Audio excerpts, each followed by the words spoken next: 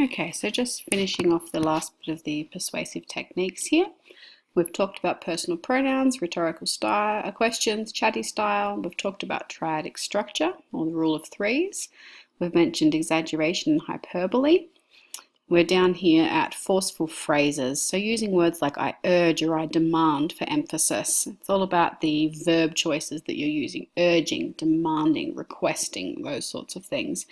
As with all of the other persuasive techniques, you do have to be careful not to overuse it. If you spend your entire speech or editorial demanding that your audience does something, obviously you're more likely to alienate them and to turn them off from listening to what you've got to say, rather than making them more likely to actually act on what you're saying. So just use that one sparingly, as with the rest of them. We've got similes, repetition, alliteration, and catchy words or phrases. Now, catchy words or phrases often are catchy because they rely on one of the other poetic techniques in order to be catchy. So they might be alliterative, they might be a particularly poignant simile, they might be a clever pun, they might involve repetition, but often you'll find that these things stick in our heads and are catchy because they use some sort of other technique. So we won't worry about that example.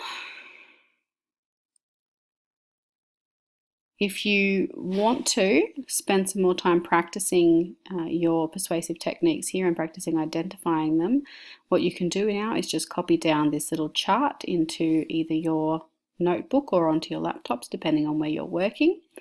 And for each of those techniques that you have showing there will be an example in the speech that I'm about to show you. So if we go to the speech, so in this speech is an example of each of those different persuasive techniques. So just pause the video here and see if you can identify each of those techniques.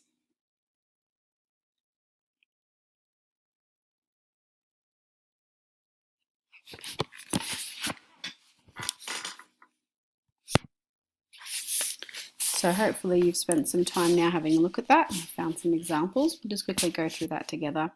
So the first one, personal pronouns, you can see here at the top, we've been through so much together on this show. So straight away, starting out at the very beginning, we've been through so much together. It's really emphasizing that connection that the speaker has with their audience. The next one, rhetorical questions.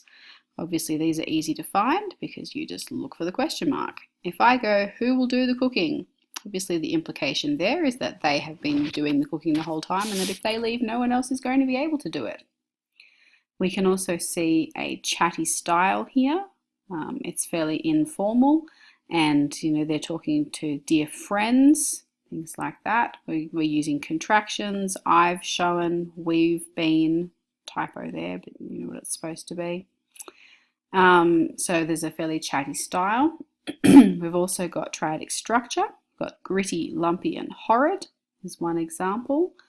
And then also I demand, I urge, I ask that you give me one more day.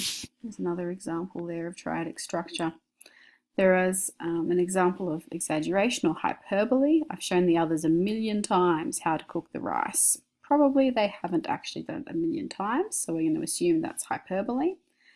There are lots of forceful phrases throughout. I urge you not to vote me off in the beginning here. We've got I demand, I urge, I ask, more forceful language there.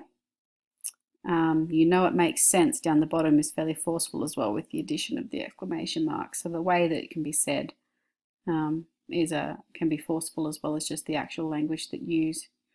So the simile, again, we're looking for like or as. This is in the middle here. I've wandered round the camp like a bear with a sore head. So that's the simile. Repetition. I'd like you to vote for me. I'd like you to vote for me. Don't vote me off and give me one more day. We're reiterating the same idea there, even though it's not exact repetition. There's a few instances of alliteration. We've got funny fella. We've got grumpy grouch over here. And then down the end, we've got crazy camp. Okay. And the last one, catchy words or phrases. Now, the people who made this PowerPoint think that this final line here, you know it makes sense, is there a catchy word or phrase? Now, your mileage might vary on that one. I'm not sure it's the catchiest phrase you could use in the world, but you know, it is a powerful call to action at the end, sort of appealing and saying, well, this is my argument, I've said it all out, and hey, you have to agree with me because you know it makes sense. So, you know, in that context, we can see why that might be a way to end this speech. So I'll just show you that with all of the examples filled in the chart. You can just make sure that you've got all of those examples written down there. And then once you've done that, that's the end of the persuasive techniques. And you can go away and hopefully implement these in your own writing now.